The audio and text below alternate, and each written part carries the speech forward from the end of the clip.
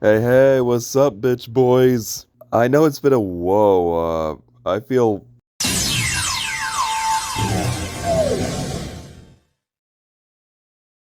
That was weird. Anyway, I know it's been a while since I've done a video. I've been pretty busy with other things lately, but thankfully I'm still alive. So, I stumbled across this Reddit post God knows how long ago, where the guy who made the post did a list of dual types that honestly don't really get a lot of recognition. And honestly, I wholeheartedly agree, and I'm sure many other Pokemon fans would agree with this. So I figured, what the hell? Why not give these dual types the recognition they deserve? The only way that I know how, making Fakemon of these types. Now, I will admit I am definitely not the first person to make a video like this, but still, I had a hell of a lot of fun making these custom Pokemon that I'm about to show ya. So with all that said, let's get into it.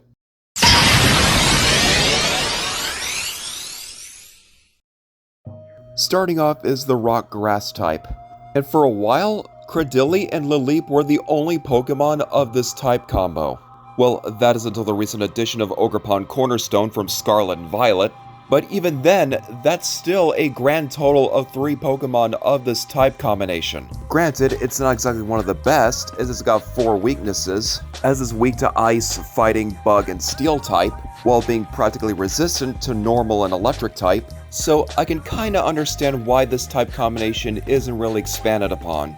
But despite all that, we're gonna do so anyway.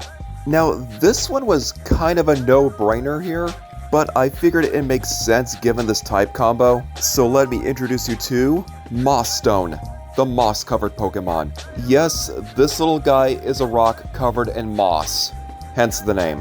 Which I know exactly isn't very creative, but give me a break, it was the best one I can come up with.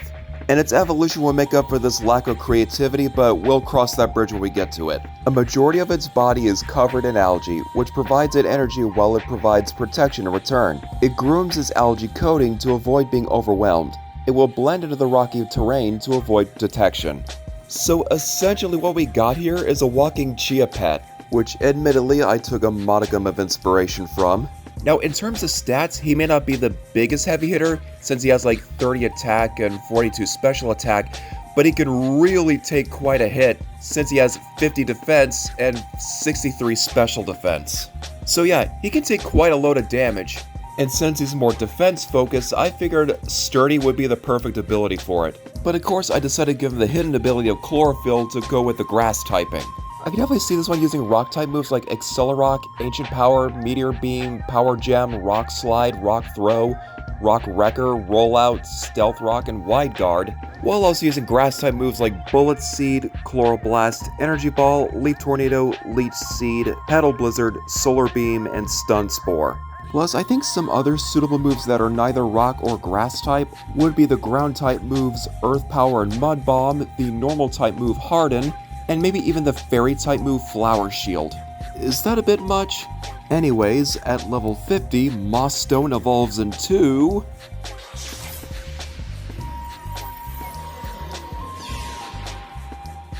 Gargantuan, the landmass Pokemon. It spends most of its time burying itself in the soil to absorb nutrients. Due to the lush forest growing on its back, many have mistaken it for a regular forest. Despite its imposing size, it is actually pacifistic in nature. Yes, we go from a little moss-covered rock on legs to a freaking island on legs. In fact, Mossstone and Gargantuan are like rocky versions of Bergmite and Avalugg. So Gargantuan is based on, and I do apologize if I mispronounce this, the Absidoshilone, which according to medieval bestiaries is often described as either a large turtle or whale with an island on its back. I also based on, of course, the World Turtle, also known as the Cosmic Turtle or the World-Bearing Turtle, which, as its name suggests, is a large turtle that either supports the world on its back or contains it. Now, the naming for this guy should be quite obvious, but for those who don't get it, its name is derived from the word garden, which is referenced by the huge forest on its back, as well as the term gargantuan, which is fitting for this thing's enormous size. Now, of course, its defense and special defense have maximized completely, which makes this guy a huge wall to beat over. while his other stats, such as attack, special attack, speed, and HP, have mildly increased. And of course, I granted him the secondary ability of Grassy Surge to further boost his grass-type moves. And speaking of his moveset, I envision his moves include Ancient Power, Head Smash, Meteor Beam, Rock Wrecker, Sandstorm, Stone Edge, Wild Guard, Chloroblast, Energy Ball, Forest Curse, Giga Drain, Grassy Terrain, Leaf Tornado, Petal Blizzard, Solar Beam, Earth Power, Mud Bomb, Harden, Flower Shield, and Earthquake. Again, that's probably a bit much. If it is, let me know down in the comments. Anyhow, so much has been said, so much is still left to say, and we're only at the first dual type. So better grab your swim trunks and scuba gear because we're about to take a deep dive with this next one.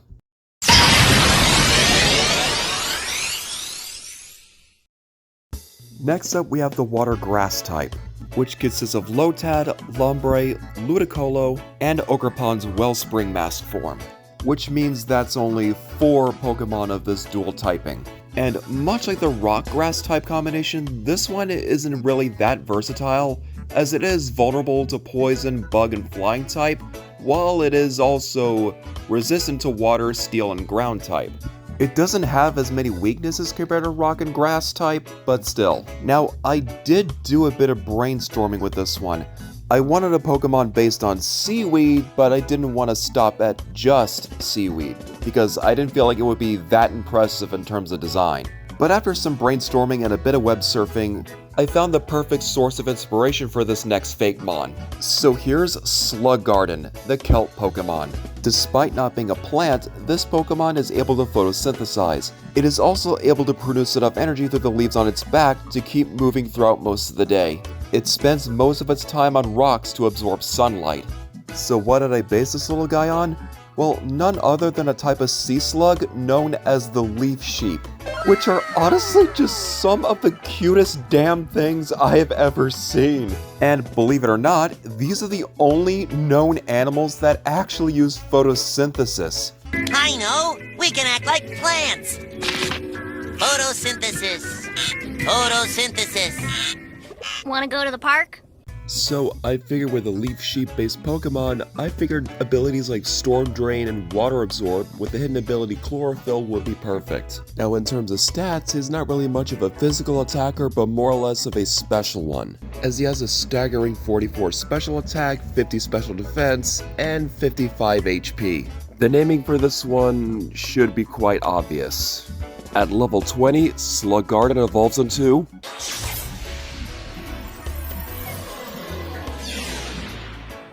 Seedon, the beach rat Pokemon. Through the various seaweed growing on its back, it is capable of photosynthesis to survive. Its body houses a variety of sea creatures that provide protection while it rests to soak up sunlight. These Pokemon are often found in large groups resting on beaches. Much like Sluggarden, Seedon is based on the leaf sheep, but is also based on beach rat, which is essentially those huge chunks of seaweed you'll find washed up on beaches. Now, its attack status took a drastic increase, but its special attack, special defense, and HP are practically raised the highest. And still, its speed stat is its biggest Achilles heel. Now, its name is derived from the word sea, obviously, as well as Eden, as in the biblical Garden of Eden. The Eden part pretty much ties into how Beach Rat provides food and shelter for various beach inhabitants, kinda like what Seedon does. So why don't we head down to much cooler climates with our next entry.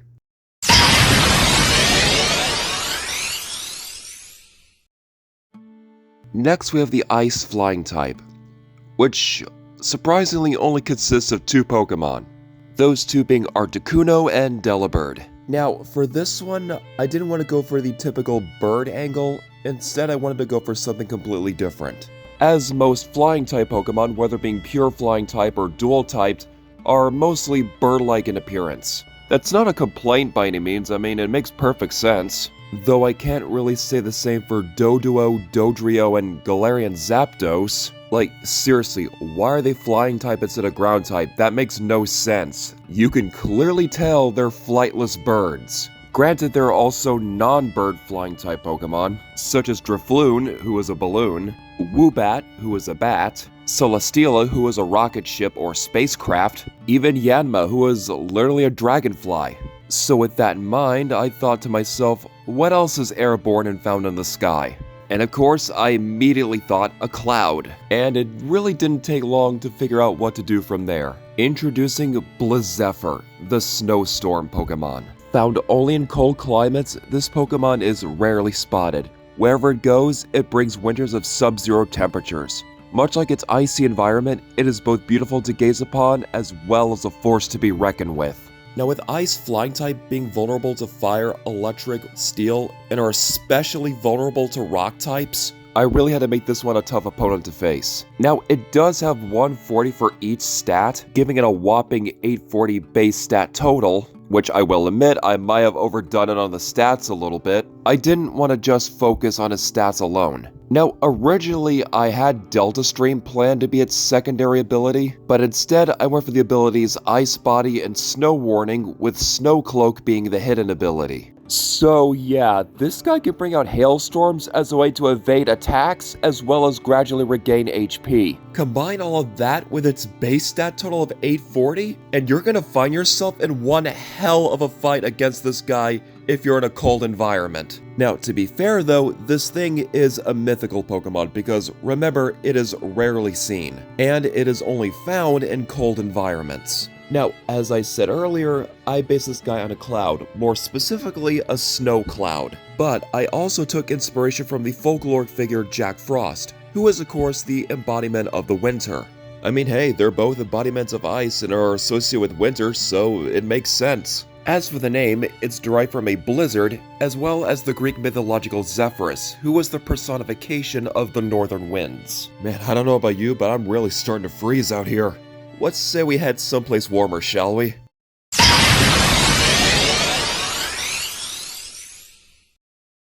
Going from one dual flying type to another, we arrive at the poison flying type, which is only comprised of Zubat, Golbat, and Crobat, so that's only 3 Pokemon of this dual typing.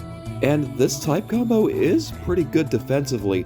Although it is weak to Electric, Ice, Rock, and Psychic, it is resistant to Grass, Bug, Fighting, Poison, and Fairy type, and even immune to Ground type. Originally, I was gonna do a Mosquito for this one. I mean, they both fly and are deadly, but I figured Bug Poison would be the best typing for that, so I pretty much scrapped that concept. But ultimately, I did find the perfect candidate.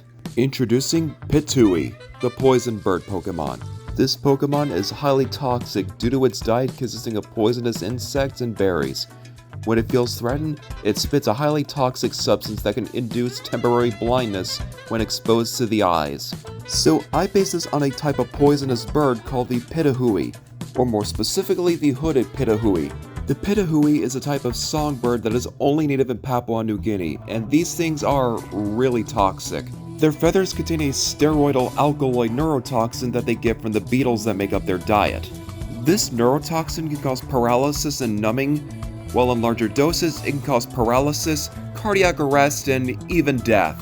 And it is gram for gram one of the most toxic natural substances on the planet. So yeah, if you ever plan on visiting New Guinea, it's probably best to avoid these things.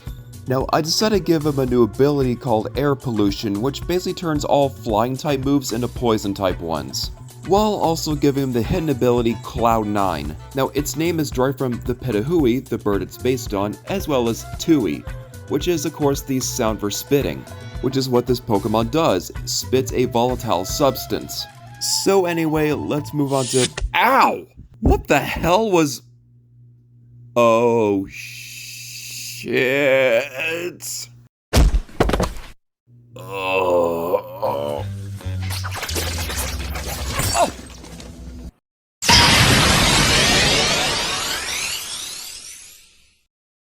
Next up, we have the Ghost Poison type, which for a while consisted of Ghastly, Haunter, and Gengar. That is until the recent addition of Pecharunt from Scarlet and Violet. But still, that's like 4 Pokemon of this type. I know there's Mega Gengar, but I'm not including him. And not to mention that Ghost Poison is a somewhat decent dual typing, as it's weak to Psychic, Ghost, and Dark. It's resistant to Grass, Poison, Bug, and Fairy type, and immune to normal fighting and ground type. Now I hope you're ready to relive some childhood trauma. Introducing Fakemon, the sludge Pokemon. This Pokemon was a massive oil given life to the laziness and greed of humans. It thrives in heavily polluted areas, particularly in areas where toxins and pollution are abundant. Now for this one, I based them off a type of Japanese yokai known as the Dorotabo, as well as everyone's favorite fictional embodiment of pollution, Hexus. That's rather nice. That's right, I'm using a Fern Gully reference here. And Hexus is just the perfect source of material for a ghost poison type Fakemon. Hell, he even has 3 different forms throughout the film, which could in and of itself be somewhat of a Pokemon evolution. Now, this dude was nightmare fuel to some people and, wet dream material for others. Myself not included. Now, I'm not gay or anything, but if I was... moving on. So, Fakemon is based on the first form that Hexus takes, his slime form, which does give me Grimer and Mach vibes, but as stated earlier, is also based on the Dorotabo of Japanese folklore. These things are practically the souls of old men who toiled away in farmlands, particularly rice fields.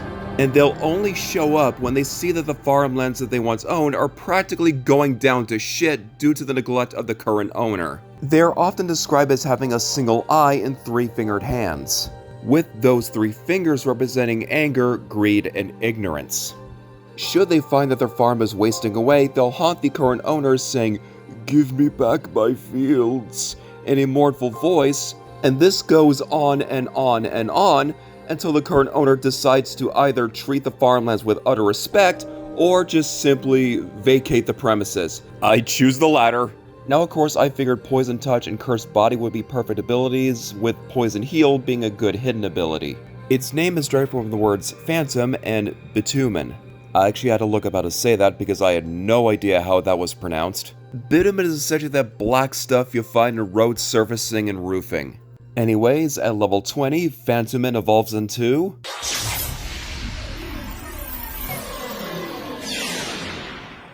Smoggeist, the smoke Pokemon. Made up of wisps of smoke and noxious fumes, it thrives in densely populated areas.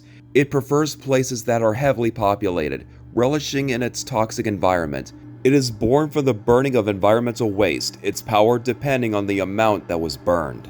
So this one is based on Hexus' smog form, as well as another yokai, this one being the Enenra. Enenra are basically yokai made from wisps of smoke, which rise up into the sky from fires, taking on a human-like form and visage before ultimately disappearing. Kinda reminds me of somebody. However, unlike the previously mentioned Dorotabo, Enenra are much more passive and aren't really much of a threat to anybody. Well, maybe aside from asthmatics. The name is derived from the word smog and poltergeist.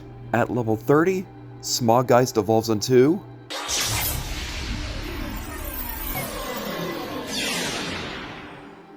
Skolution, the pollution Pokemon. It is given life from environmental waste that was carelessly discarded.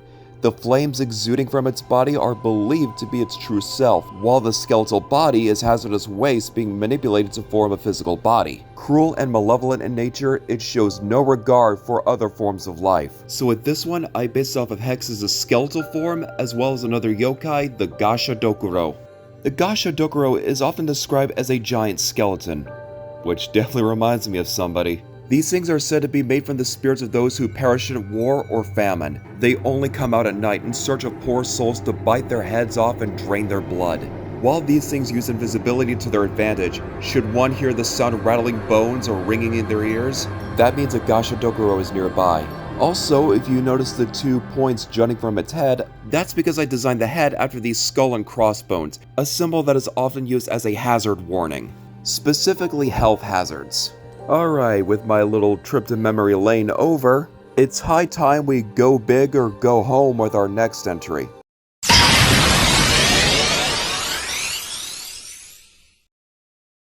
Now we arrive at the ground Psychic type, which only consists of 2 Pokemon, those 2 being Baltoy and Claydol. And yeah, this one isn't exactly one of the best. It's vulnerable to water, grass, ice, bug, ghost, and dark type, resistant to fighting, poison, psychic, and rock type, and immune to electric and ground type. So needless to say, ground psychic Pokemon are vulnerable to 5 types, while being resistant to 4 types and immune to 2 types. Now this one took a bit of brainstorming, so let me introduce you to Finiment, the great giant Pokemon. Living high up in mountains, it shows itself to help those in need of its aid. It is not only deemed as a giant, but also a folkloric hero with supernatural abilities. Considered to be the giant among giants by many, it is feared by many other legendary Pokemon. It uses its wit and strategic thinking to best its opponents in battle. Now, despite the amount of weaknesses this guy has, I really wanted to make him a really tough opponent to face, since this guy is a legendary. And after browsing through the list of abilities to give this guy, I figured Clear Body and Dauntless Shield would be good primary abilities, with Telepathy being the hidden ability. Now, I originally had Synchronize as one of his main abilities, but I didn't feel like it was enough. Now, as for his inspiration, Finiment is of course based on the Irish folkloric hero Finn McCool. In Irish legend, Finn McCool was a warrior or huntsman who led a band of Irish warriors known as the Fianna, and is also the guy who made the Giant's Causeway. And the story behind the Giant Causeway is that after being challenged by the Scottish giant Benadonner, Finn constructed the Giant Causeway so the two giants would meet in person. Now, as for the name, it's derived from Finn, as in Finn McCool, and of course the term monument. And judging by his stats, it's easy to tell that this guy is more of a special attacker rather than a physical one. But of course, Finiment isn't the only legendary I made. In fact, this big dude has a connection with our next entry. After all, what's a mighty giant without its rival?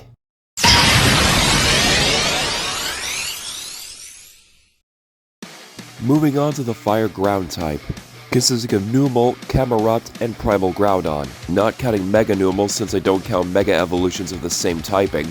And compared to Ground Psychic typing, the Fire Ground type is arguably better in terms of defense. Vulnerable to ground and especially vulnerable to water typing, while resistant to fire, poison, bug, steel, and fairy, and practically immune to electric.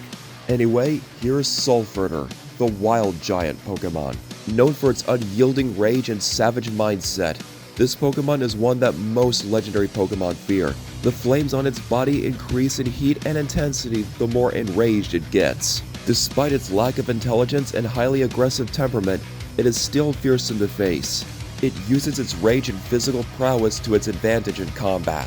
One thing you may have noticed is that while Finiment is a special attacker, Sulfurter prefers to get more physical. And there's a reason for that. As Finiment is more strategic and coordinated, Sulfurter is much more temperamental and wild. And for a Pokemon so temperamental and violent, I figured Anger Point and Berserk would be good abilities, with Flare Boost being the hidden ability. So I'd like to call these guys the Giants of Combat, as these two represent the two sides of conflict and battle. Finiment representing tactics and strategic thinking, while Sulfur represents brawn and brute force. Basically a brains over bronze sort of deal. Now, much like how Finiment is based on Finn McCool, Sulfurter is of course based on another giant, this one being the Norse giant Surtur.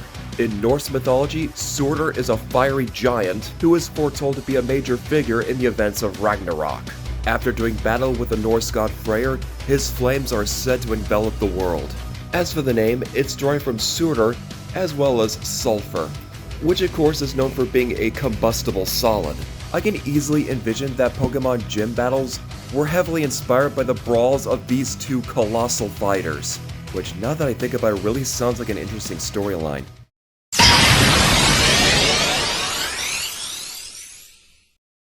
Next up we have the Dark and Rock type, which only consists of Tyranitar. Again, not counting the Mega. This dual type is weak to water, grass, ground, fairy, steel, and bug, and is especially vulnerable to fighting. It's resistant to normal, fire, poison, flying, ghost, and dark type, and is immune to psychic. Now, for a Fakemon of this typing, I really wanted to lean more into something subterranean, something that lives underground or in caves. I mean, caves are darkness and rock, but ultimately, it didn't take long for me to find the perfect source of inspiration. Introducing Knock Knocked, the Cave Dweller Pokemon. Found mainly in caves and mine shafts, these Pokemon knock on the cavern walls as a form of echolocation. Miners believe them to be a bad omen of an impending collapse, while others see them as guides to rich mining spots. So what is this little guy based on? Well, the Knockers, of course. No, not those Knockers. No, not those Knockers either. These Knockers, or also known as Knackers, or as we know them in the US as Tommyknockers. In Cornish lore, these were described as gnome-like creatures that stood on 2 feet tall, had disproportionately large heads, long arms, wrinkled skin, and white whiskers. Much like Knock-Knocked, these things were found in caves and mine shafts, and they got their name as they knocked on cavern walls. Cornish miners originally believed that the Knockers were leading them towards rich veins of tin. Though, as miners shifted from family-owned independent operators to hired laborers of large industrialized companies, as well as an increased concern for safety, the knocks made by the Knockers quickly changed from directions to rich mining places to warnings of an impending collapse. Now, for aesthetic purposes, I gave him a hard hat made out of rock with a little jewel in the center of it, thereby making it look like it's wearing an actual miner's helmet. Its name is derived from the word knock, as in knocking, and of course the word knocked, which means night or darkness, but it's also a play on the onomatopoeia knock-knock. Anyways, at level 25, or simply using a dusk stone, knock-knocked evolves into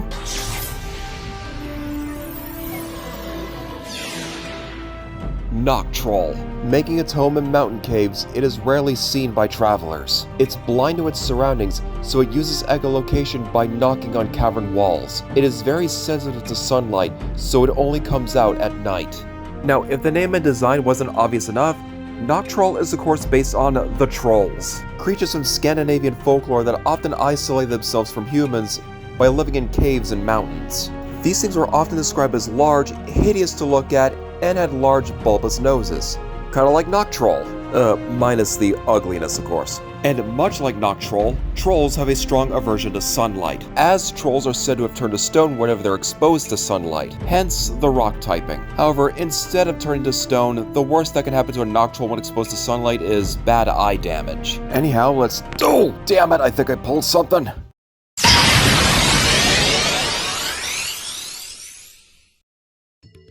Moving on to the Psychic Rock type, consisting of Solrock, Lunatol, and Iron Boulder. Pokemon of this typing are weak to Water, Grass, Bug, Ghost, Dark, and Steel type, resistant to Normal, Fire, Poison, Flying, and Psychic type, and immune to Ground type. So yeah, not one of the— oh crap! Okay, yeah, this is starting to— whoa, whoa, whoa.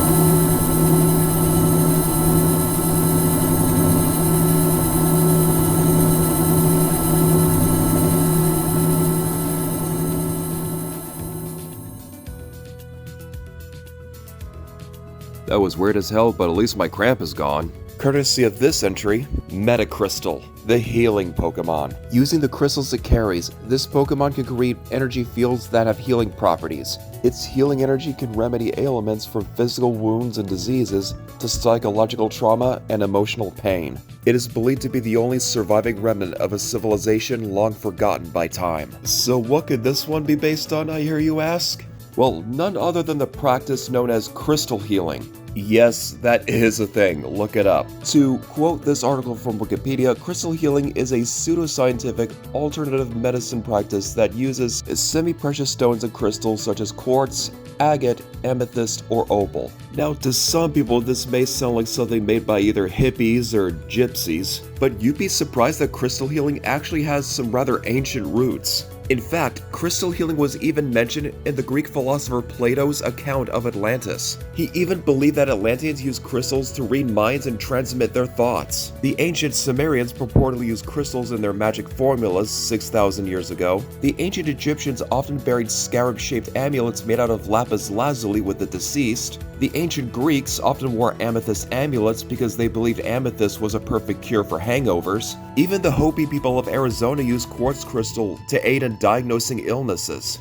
So yeah, needless to say, crystal healing goes way back. So this seemed like a perfect source of inspiration for a rock psychic Fakemon. So given its inspiration, I figured the ability Healer and the hidden ability Natural Cure would be suitable. Plus, I also figured Psychic Surge would be another good ability to add, which really makes it perfect for psychic type healing moves such as Lunar Dance, Healing Wish, and Heal Pulse. I also think Revival Blessing is a good move to add. Given how old crystal healing is and how crystals have played a huge role in many ancient civilizations, I figured I'd give this guy a rather ancient look. Also, you may notice the trail of varying crystals trailing on his front. Well, those 7 crystals on its body represent the 7 chakras, which also has ties to crystal healing. If the naming wasn't obvious enough, it's derived from the words medical and crystal, but it could also be derived from meditate or meditation. For our next entry, you better hope you got some butterfly nets and holy water.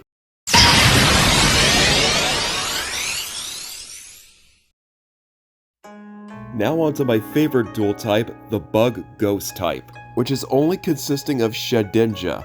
And Bug Ghost type is very versatile, as is weak to fire, flying, rock, ghost, and dark type, but is practically immune to everything else. And given the fact that Shedinja has Wonder Guard for its ability, it's no wonder why we didn't see another Bug Ghost type ever since. Yet arguably the coolest thing about Shedinja is how it evolves. As by evolving a Nincada at level 20 while you have an empty spot in your party and a Pokeball in your bag, not only do you get a Ninjask, but you also get a Shedinja in the process, so it's basically 2 for the price of 1. But when I saw how Shedinja evolves, it got me thinking.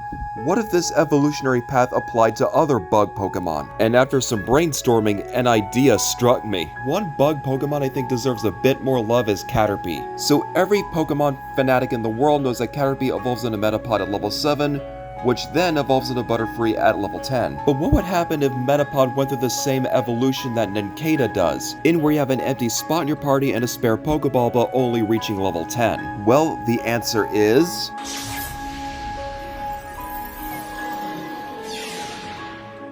Buttergeist, the butterfly Pokemon. Legends say that these Pokemon are the wandering souls of those who died from illness. By beating its wings, it exudes a deadly energy that curses any poor soul on contact. It is only seen flying around at night. It is said that anyone unfortunate enough to stumble across it is doomed to die of severe illness. Now, I based this one off of a type of yokai known as the Chokishin, which are described as white butterflies that are only seen fluttering around at night and cause disease and illness to anyone that gets too close. And this inspiration is further shown in its shiny variant. Also, a bit of a fun fact, according to Japanese superstition, butterflies are said to carry the souls of those who have passed on. Now, I wanted to keep some traits of Metapod, while also making this feel like its own unique Pokemon at the same time, since it is made from the shed remains of Metapod. Much like how Shedinja is the shed remains of Nincada, while also being its own unique Pokemon. Now, each of its stats are 5 points higher than those of Butterfree. Now, I originally had Curse Body and Wonder Guard to be 2 of its new abilities, but I figured I'd just keep Curse Body and have it retain Compound Eyes and Tinted Lens. You know, the same ability and hidden ability that Butterfree has, just to make it less overpowered. The name is derived from butterfly and poltergeist, obviously. And keeping up the Japanese theming, we have whoa shit. Yeah, let's just move on. No, don't you freaking come near me, you little bastard, no!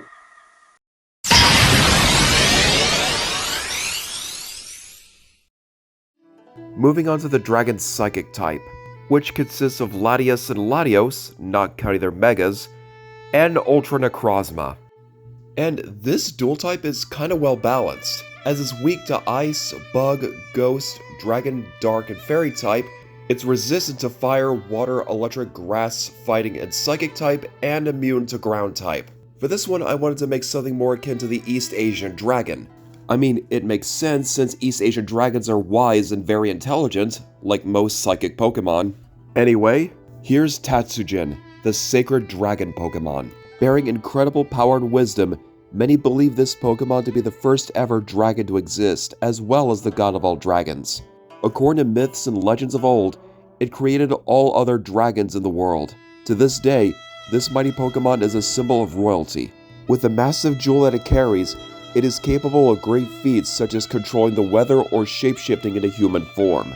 Now, as previously mentioned, this Pokemon is of course based on the East Asian dragon. Dragons are named Long in Chinese, Yang or Ryong in Korean, Rong in Vietnamese, and Ryu or Tatsu in Japanese. Plus, its shiny is a reference to the Chinese yellow dragon or Huanglong. My sincerest apologies if I mispronounced any of those. Yeah, I can definitely see this as being either a legendary or a mythical. After scouring through what abilities to give him, I decided Dragon's Maw and Delta Stream for the main abilities, and Psychic Surge for the hidden ability. Also, the jewel it carries, which is that large pink orb hovering near it, is another reference as to how the East Asian dragon is sometimes depicted holding a single jewel in its claws. As for the name, it's derived from Tatsu, meaning dragon, and Shin, meaning god. So yeah, its name is literally Japanese for dragon god, which of course ties into its dex entry saying that it's a god of dragons. But the name is also a play on a Japanese sea god named Ryujin, whose name also translates to dragon god. And Ryujin is of course depicted as a dragon. So for this one, we'll have to head down to more greener pastures.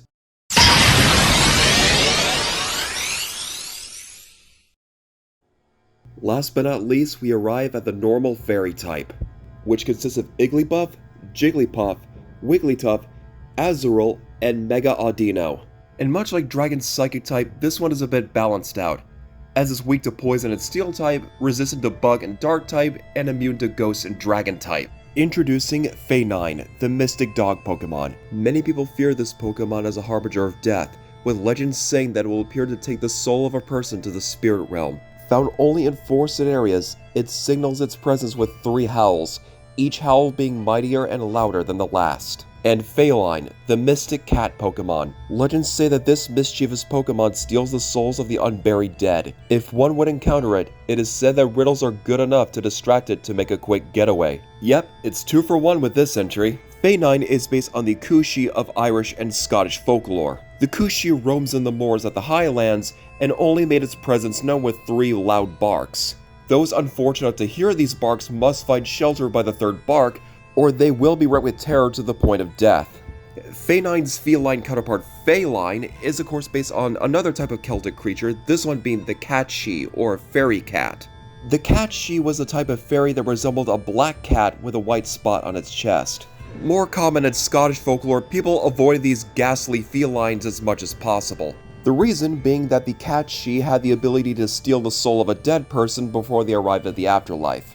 Faenine is derived from Fae, the actual name for fairy folk, and Canine, which is a term for dogs, while Faeline is derived from Fae and Feline, a term for cats.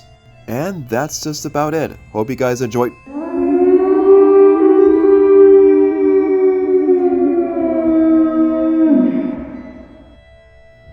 Oh boy, yeah, I better go find some shelter. Okay, see you later, bye!